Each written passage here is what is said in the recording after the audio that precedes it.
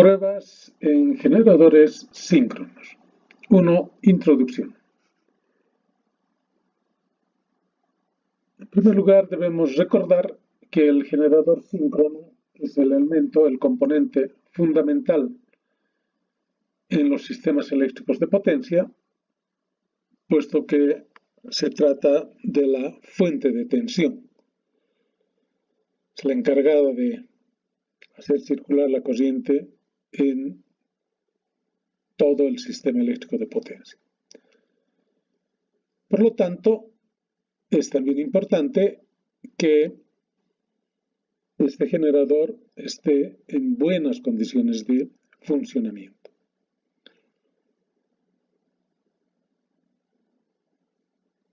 De manera que para estar seguros del correcto funcionamiento de los generadores síncronos se realizan dos tipos de mantenimientos. Uno, mantenimientos preventivos predictivos, que se los puede realizar de manera periódica, normalmente una vez al año, y para ello hay que tomar o realizar algunas pruebas. En este caso, mínimamente hay que realizar la prueba de la medición de la resistencia de aislación y la medición del tangente de delta, o también llamado factor de potencia o factor de potencia.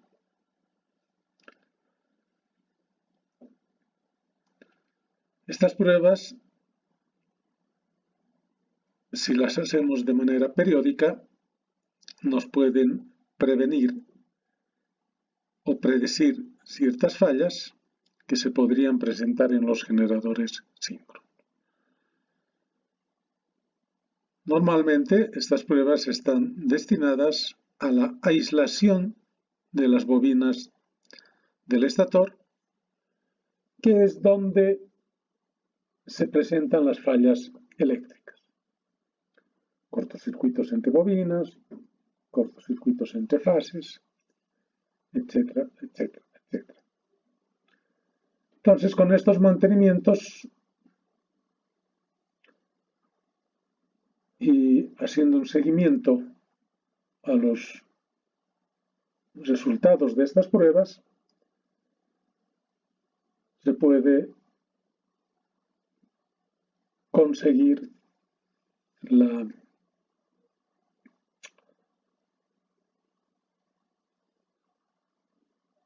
que el generador esté en buenas condiciones de funcionamiento. Por otro lado, se realizan los mantenimientos correctivos. Bueno, para estos mantenimientos se supone que el generador síncrono ha estado sometido a algún tipo de fallas, ¿no? Por lo general, cortocircuitos, ¿no? Obviamente, si ha estado sometido a alguna falla, seguramente ha tenido algunos daños, ya sea en la aislación de las bobinas del estator o tal vez en el núcleo del estator. Para corregir estas fallas, normalmente en el primer caso se realizan cambio de bobinas o incluso una renovación total de las bobinas. O a veces es un cambio parcial de las bobinas falladas solamente. Para estar seguros de que las nuevas bobinas no van a fallar en su operación, se realiza la prueba de High Potential Test. Por otro lado, si la falla a la cual ha estado sometido este generador ha dañado el núcleo del estator, en este caso se realizan las pruebas de aislación interlaminar del núcleo, del inducido, o estator del generador síncrono. Obviamente, con estas pruebas, en base a estas pruebas, se puede realizar la reparación, la corrección de las fallas, siempre con la finalidad de que el generador síncrono opere de manera correcta, después de realizado este mantenimiento correctivo.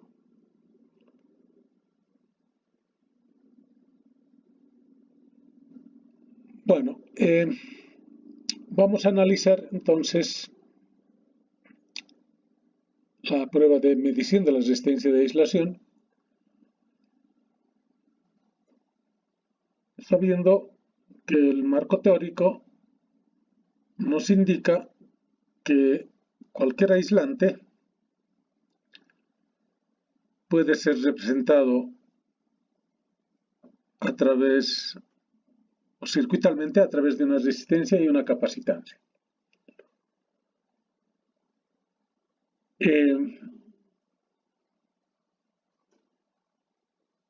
Cualquier conductor debe estar debidamente aislado con la finalidad de que la corriente circule solamente por el conductor y no por las superficies donde estén instaladas estos conductores. Obviamente en el generador síncrono, al estar a los niveles de generación de fuerza electromotriz en el orden de la tensión media, entonces la aislación también tiene que estar acorde con esos niveles de tensión. Entonces, lo que se quiere es que esta aislación sea casi perfecta, aunque en la práctica va a haber una fuga de electrones, por lo tanto una corriente, que va del conductor, atraviesa el aislante a la superficie donde esté instalado, en nuestro caso a la bobina, que es el núcleo del estator.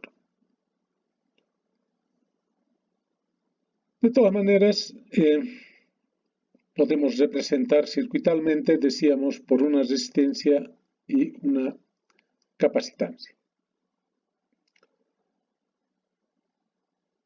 Si entramos en un poquito más de detalle, podemos tener también otra resistencia y otra resistencia en serie con una capacitancia.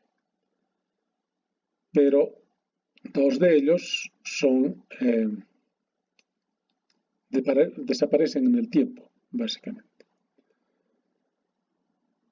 Bueno, la primera representación se denomina corriente de fuga,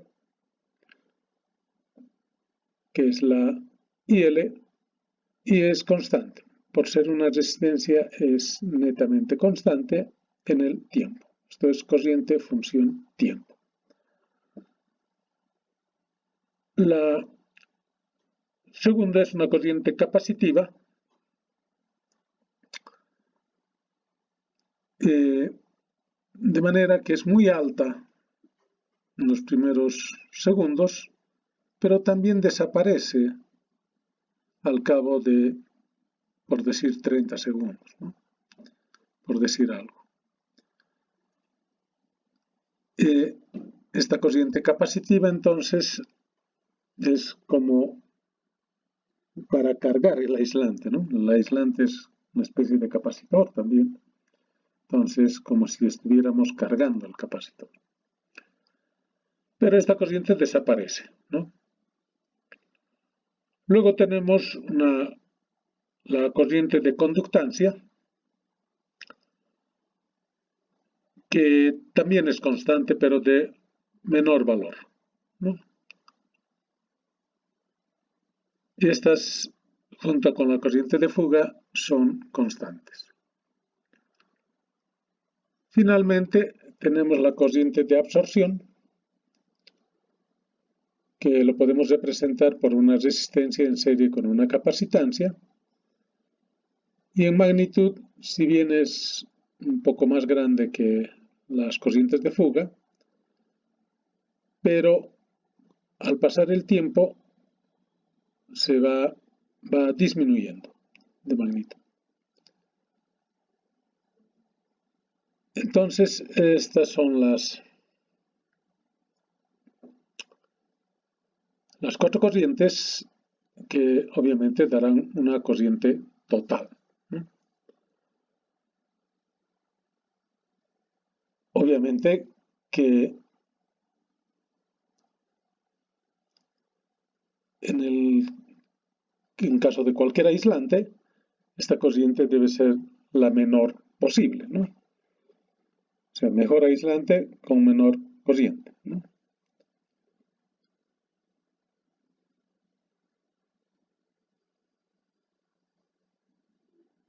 Bueno,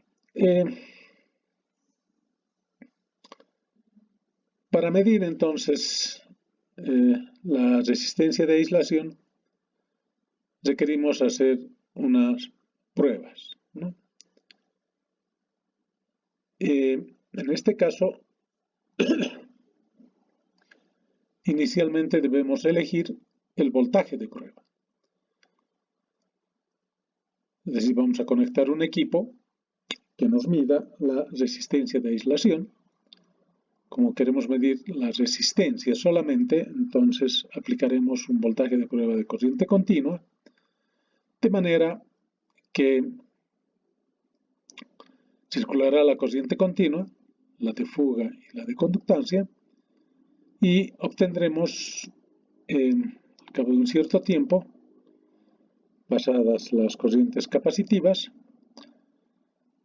obtendremos los valores de la resistencia de aislación.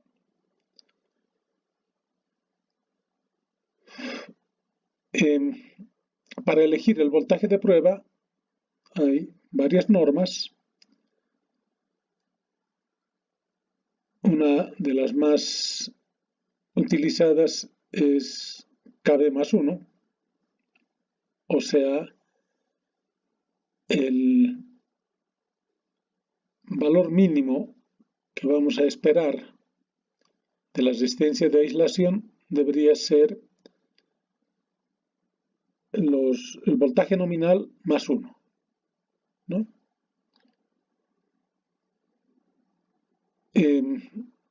Obviamente esto es independiente de la tensión que vamos a aplicar, ¿no?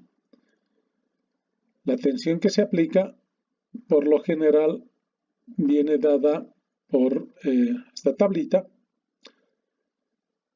que nos dice si el voltaje de línea está, por ejemplo, entre 5 y 12.000 o 12 kV, entonces se puede aplicar una tensión de 2.500 a 5.000.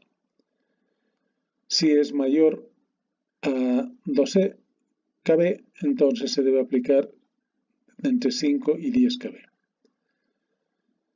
En la práctica, para nuestros generadores que están en media tensión,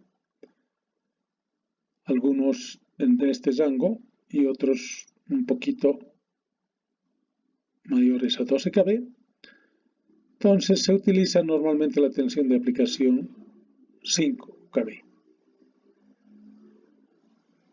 El valor mínimo que debemos esperar para la resistencia de aislación, como dijimos anteriormente, son los kV nominales más 1. Por ejemplo, si tenemos una tensión nominal de devanado de 14 kV, entonces podemos aplicar 5 kV como voltaje de prueba y debemos esperar mínimamente unos 15 megaohmios de resistencia de aislación. Esa es la forma como se interpretan estos cuadritos. ¿Ok? Pero la resistencia, ustedes saben que varía con la temperatura. Una cosa es medir la resistencia de aislación de un generador que esté parado mucho tiempo. Otra cosa es medir la resistencia de aislación inmediatamente haya salido de línea el generador. Y además, la temperatura ambiente también puede influir en la resistencia de aislación, puesto que no es lo mismo que un generador esté funcionando a 3.500, 3.600 metros sobre el nivel del mar y otro que esté funcionando a 100, 200 metros sobre el nivel del mar. Todos estos aspectos, además, tenemos que tomar en cuenta que la temperatura siempre varía en las diferentes estaciones del año, la temperatura ambiente me refiero. Entonces, como esta información, estos valores de resistencia y de aislación tenemos que guardar en un histórico, entonces es imprescindible referir a un valor para compararlos a una misma temperatura. Entonces el valor leído, el valor medido, se multiplica por un factor que se llama el factor de corrección de temperatura. De manera que podemos recurrir a este gráfico logarítmico o semilogarítmico, o podemos recurrir a esta ecuación, que es exactamente lo mismo, ¿no? Para 40 grados tenemos 1, entonces 40 menos 40 sobre 10 va a dar 0, cualquier cosa elevado a 0 va a dar 1. Entonces fíjense acá cómo con la temperatura va aumentando si la temperatura pasa de 40 y si disminuye tenemos factores también mucho menores a los valores de la resistencia de aislación. Entonces, en base a esta información, podemos esperarnos, o sea, tenemos que hacer una serie de mediciones, ¿no? Por lo general, como se ve en este gráfico, se hacen mediciones de 0 a 1 minuto, cada, por ejemplo, 10 segundos podría ser, y a partir del minuto se realizan lecturas cada minuto hasta completar los 10 minutos.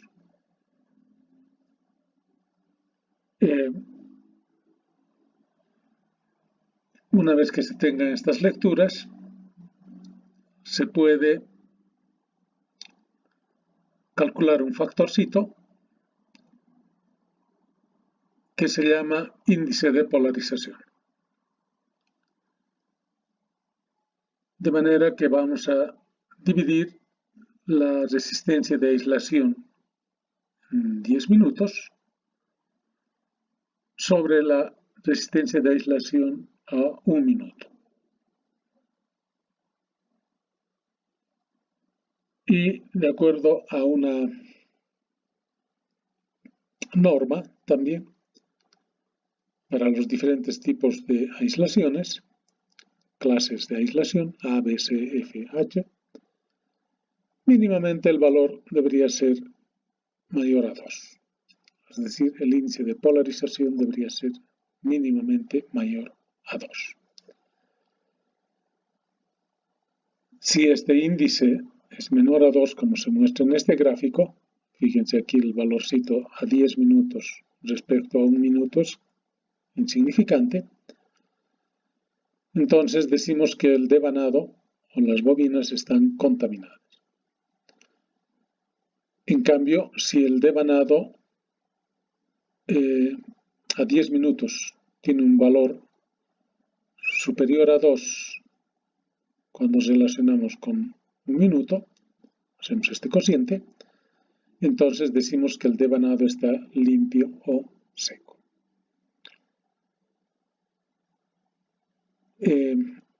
Después se hacen otros análisis también aquí en los primeros segundos. No se olviden que aquí aparecen las corrientes capacitivas, ¿no? Que después desaparecen, básicamente. Entonces, de esta manera podemos saber si un aislante está contaminado o está limpio y seco a través del índice de polarización. ¿Cómo se realizan las pruebas? Entonces, procedimiento para realizar las pruebas. En primer lugar, tenemos que tener acceso a los 6 terminales del devanado estatórico, es decir, tenemos que desconectarlo completamente. Las 3 bobinas del generador síncrono. Debemos disponer de un instrumento que se denomina megómetro o más comúnmente Meyer, vulgarmente llamado Meyer. Meyer es el nombre de un fabricante de los megómetros. De todos modos, megómetro es medición de una resistencia nada más, en megaohmios o gigaohmios.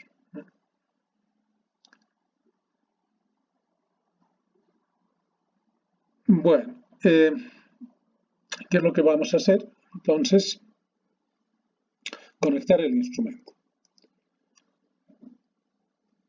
Primero medimos la temperatura ambiente, que es importante para realizar la prueba y la corrección, ¿no? Luego, como conectamos el instrumento, una fase a prueba con el potencial de la tensión que hemos elegido, en este caso 5 kV, y las otras bobinas, los terminales de las otras bobinas debemos conectar a tierra, igual la masa del generador a tierra. Esto siempre es importante para que no influya en la medición y para que no se induzcan fuerzas electromotrices en las otras bobinas. Bueno, en este caso esta sería la conexión de una fase a tierra, ¿no? Entonces, una vez realizada la conexión, aplicamos la tensión 5 kV, generadores de media tensión, y se realiza la medición de la resistencia de aislación en el instrumento, tomando lecturas de 10, 20, 30, 40, 50 hasta los 60 segundos, o sea, el primer minuto. Luego, a los 2, 3, 4, 5, hasta los 10 minutos. Los registramos en una tabla y de manera similar vamos a repetir la prueba o las mediciones para las otras 2 fases. Eso significa que la fase B la ponemos a potencial del instrumento y la U y W a tierra. Y repetimos este punto. Aplicamos la tensión y tomamos las lecturas los 10, 20, 30 hasta los 60 segundos y 2, 3 hasta los 10 minutos. Posteriormente aplicaremos la tensión a la fase W y la U y V se van a tierra. Una vez concluidas las mediciones en las 3 fases, fase a tierra, tenemos que modificar ligeramente la conexión para medir la resistencia de aislación entre las fases. Por ejemplo, podríamos tomar entre la fase U y W, conectamos nuestro instrumento, y la fase que no está en prueba la conectamos a tierra, siempre con la masa también. Y repetimos el procedimiento, ¿no? O sea, aplicamos los 5 kBs, tomamos las lecturas de la resistencia de aislación a 10, 20, 30, 60 segundos y a los 2, 3, 4 hasta los 10 minutos. Ese es entonces el procedimiento para realizar esta prueba. Aquí mostramos, no del generador, pero sí de un cable, ¿no? De un cable trifásico. Que es lo mismo, ¿no? Que podría ser, en vez de tener solamente cable, podrían ser las 3 bobinas, ¿no? Entonces, una está a un potencial de prueba y los otros 2 terminales van a tierra, juntamente con la masa, ¿no? La masa también es importante, que esté a tierra, para que se descargue. Es lo mismo que en el caso de un generador, solamente que estos serían 3 terminales de las bobinas del estator. Obviamente las otras 3 terminales quedan libres, ¿no? Entonces, si seguimos el procedimiento, habríamos llenado esta tablita, ¿no?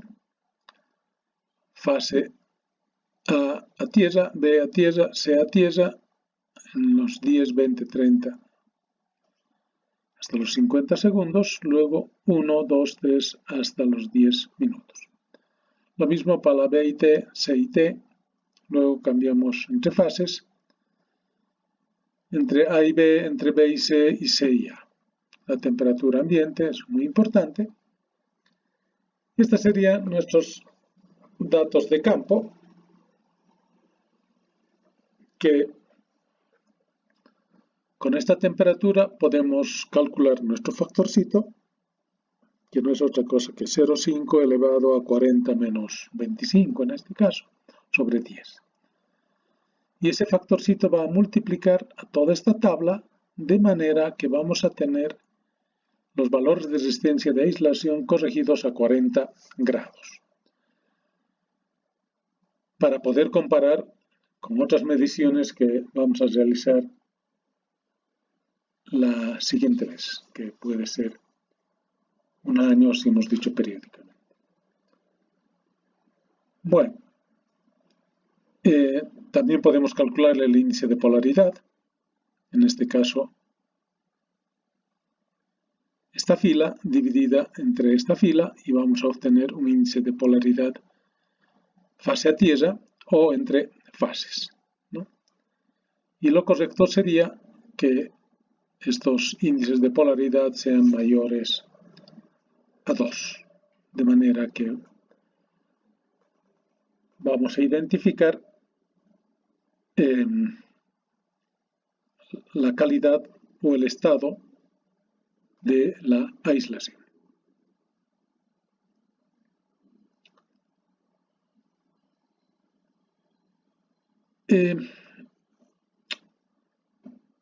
Punto C, interpretación de los resultados.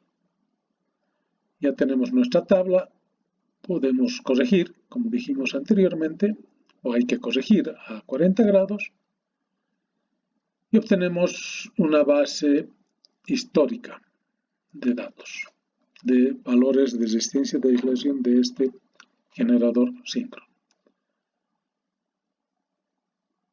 También hay que calcular el índice de polaridad, ¿no? Lo primero que hay que hacer es comparar con los históricos, tanto en magnitud como en índice. Se supone que con el pasar del tiempo, conforme va trabajando, la aislación se va deteriorando, ¿no? Entonces, ese seguimiento hay que hacer a través de los valores de la resistencia de aislación y también a través del índice.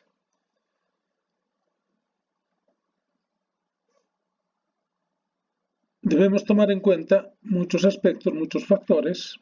Por ejemplo, que la resistencia de aislación varía inversamente con el contenido de humedad y deberá incrementarse gradualmente con la edad, o sea, con el tiempo de funcionamiento, ¿no?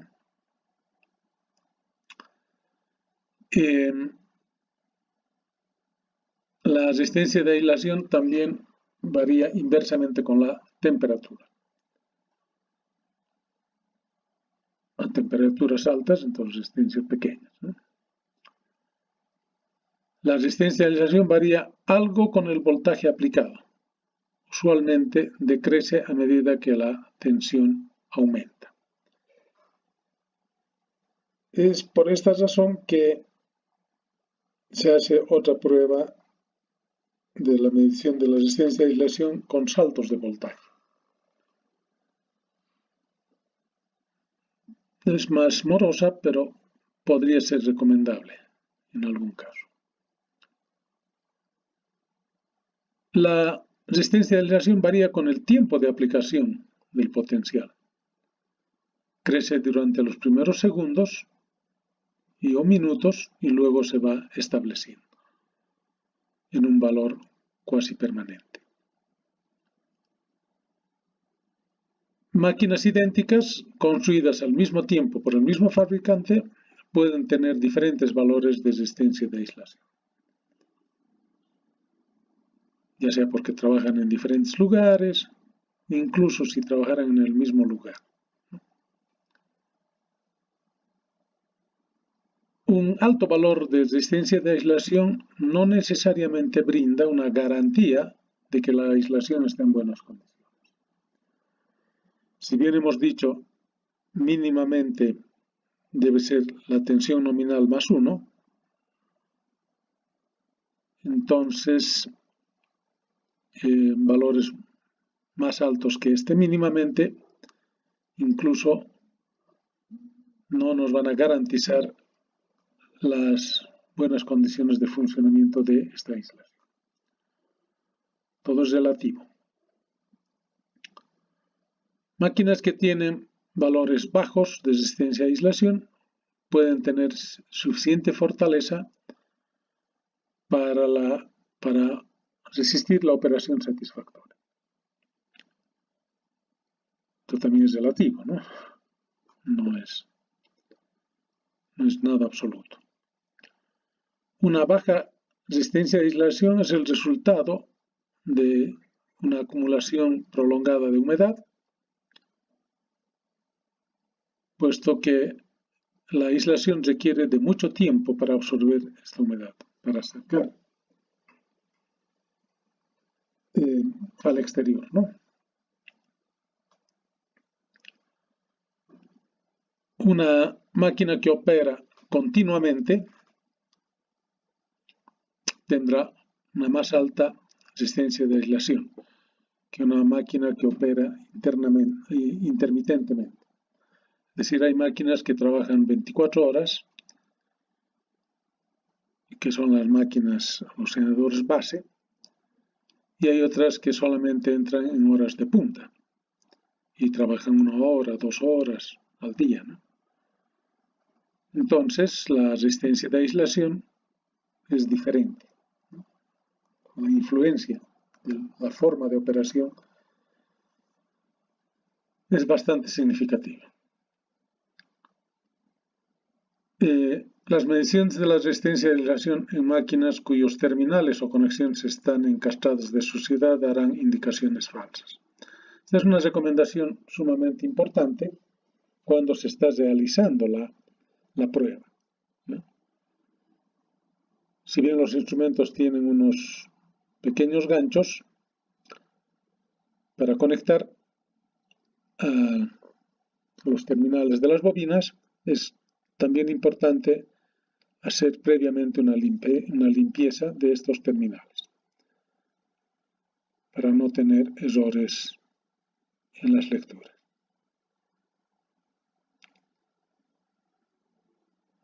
La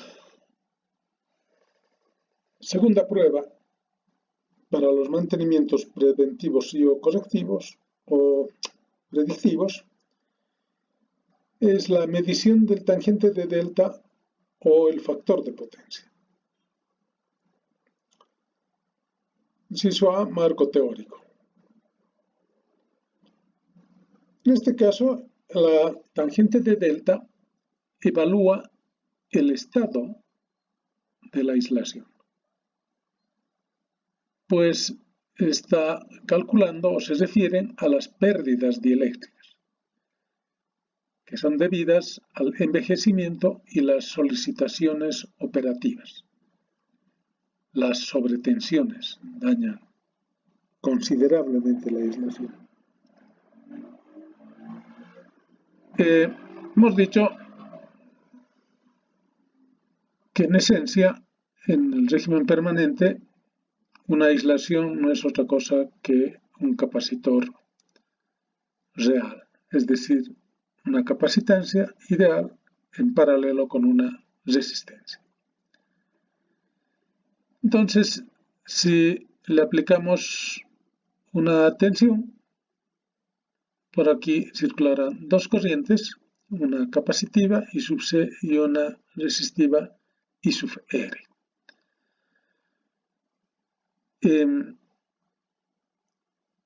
Como esto es corriente alterna, senoidal, podemos tomar un diagrama vectorial como referencia a la tensión aplicada. La corriente capacitiva estará en adelanto, pues que se trata de un capacitor ideal, y la corriente resistiva estará en fase con la tensión. De manera que la corriente total será la suma de estos dos vectores, corriente capacitiva más corriente resistiva. Aquí tenemos el ángulo de desfasaje, el phi, y aquí tendríamos un ángulo delta. Obviamente delta va a ser 90 menos phi, pero la tangente de delta va a ser igual a la corriente resistiva sobre la corriente capacitiva. En cambio, el factor de potencia, el coseno phi,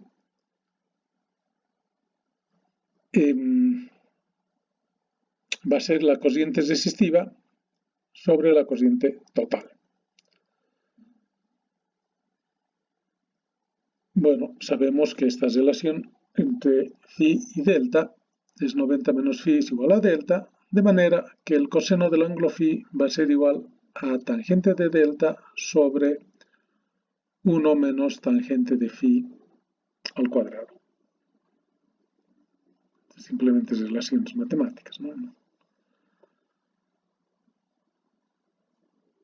Entonces, hay instrumentos, vamos a ver posteriormente, que miden ya sea el coseno phi o el tangente de delta. Pero lo más importante es cómo se va desarrollando este ángulo o estos valores de tangente o phi. Obviamente si varía phi, varía delta, ¿no? O si varía delta, varía phi. Entonces,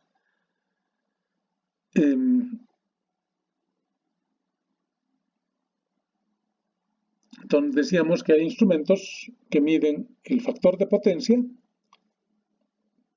o hay otros instrumentos que miden el tangente de delta. Al final es lo mismo, ¿no? Bueno, ¿cuál es el procedimiento? Igual requerimos de tener acceso a los 6 terminales del generador síncrono. Debemos conectar un equipo, digamos un medidor de tangente delta, y de la misma manera que en la medición de la resistencia de aislación, tomamos o conectamos primero una fase que está a prueba, pero esto es corriente alterna, no es continua. si estamos analizando una bobina, las otras bobinas deben estar a tierra, sus dos terminales, porque en corriente alterna la inducción de fuerza electromotriz va a ser superior que en corriente continua.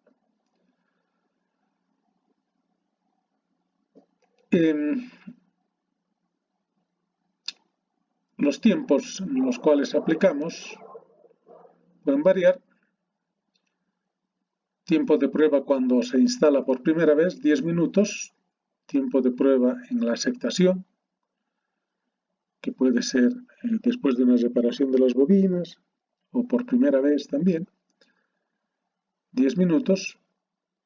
Y los tiempos en las pruebas en los mantenimientos periódicos, 5 minutos. Son suficientes. Entonces debemos conectar a tierra los devanados que no están sometidos a la prueba y conectar la salida de la alta tensión del equipo al devanado que está sometido a prueba.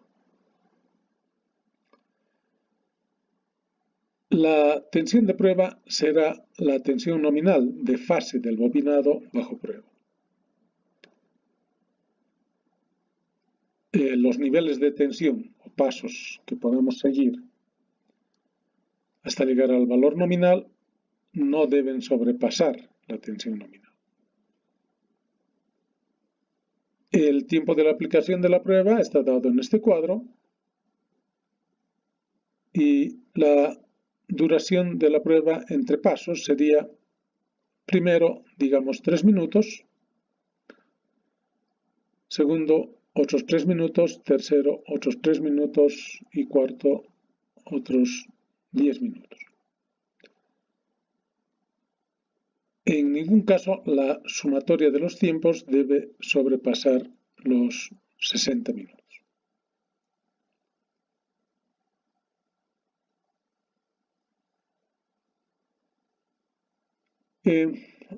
Debemos repetir este procedimiento para las otras fases, para la fase B y para la fase C, y debemos registrar los valorcitos. ¿Sí? Paso de tensión, la tensión de prueba, la duración en minutos, luego los valores del tangente de delta para cada una de las fases. Podemos medir la capacitancia y la corriente de fuga, ¿no? Son 3 datos importantes que nos va a dar el instrumento y para cada una de las fases.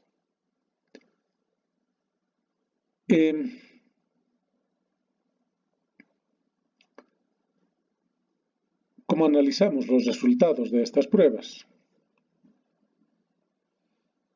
Primero, hacer un análisis comparativo histórico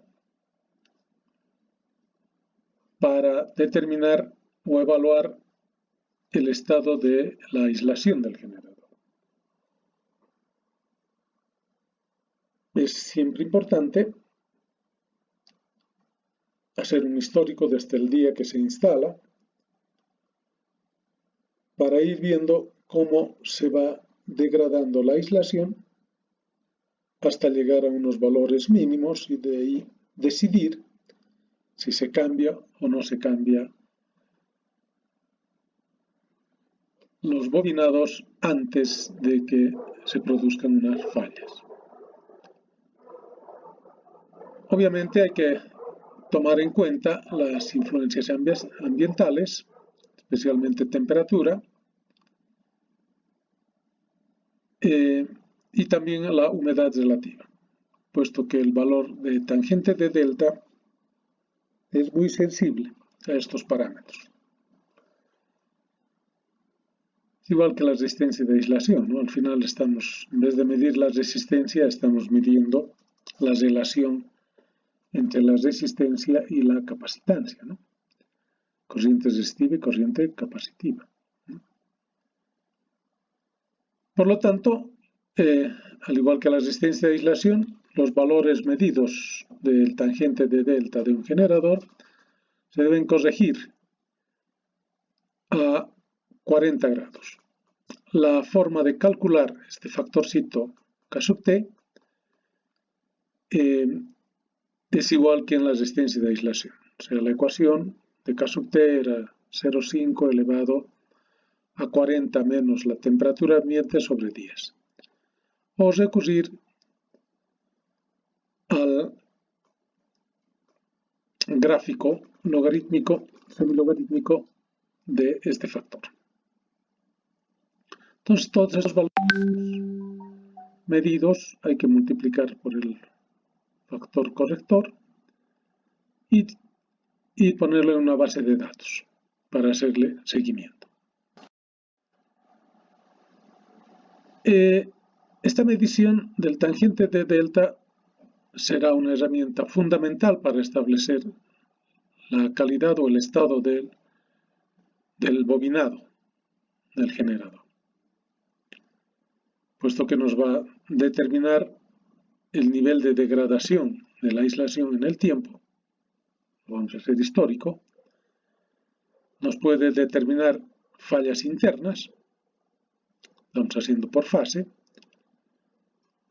o también nos puede determinar defectos o fallas en la aislación de las bobinas.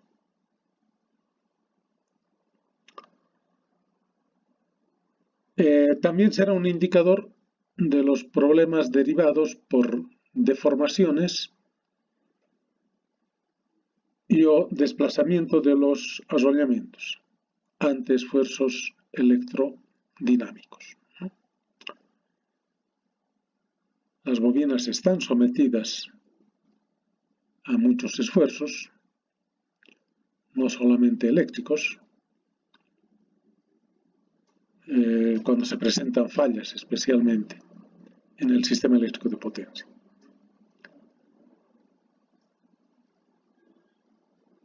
La frecuencia de implementación de estos controles o de esta prueba es sumamente importante para hacerle el seguimiento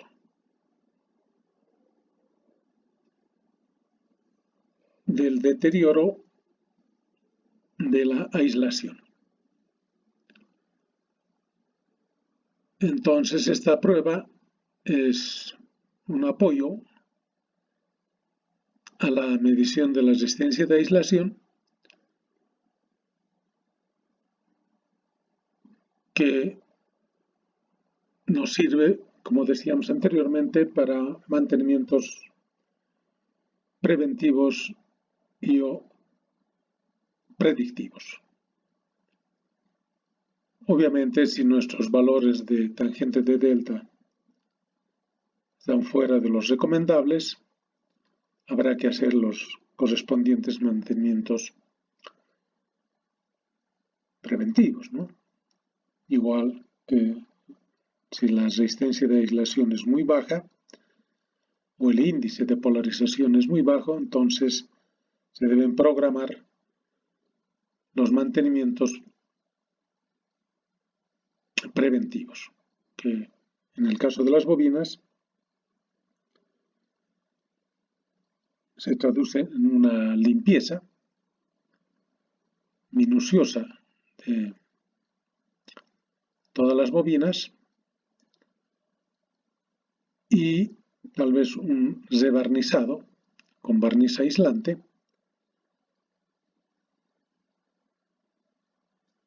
de manera también se puede recomendar un secado si las bobinas están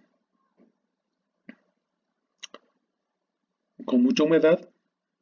No se olviden que el tangente de delta depende de la humedad, la resistencia de aislación de la suciedad. Entonces, con una limpieza y un proceso de secado de estas bobinas se puede mejorar la aislación.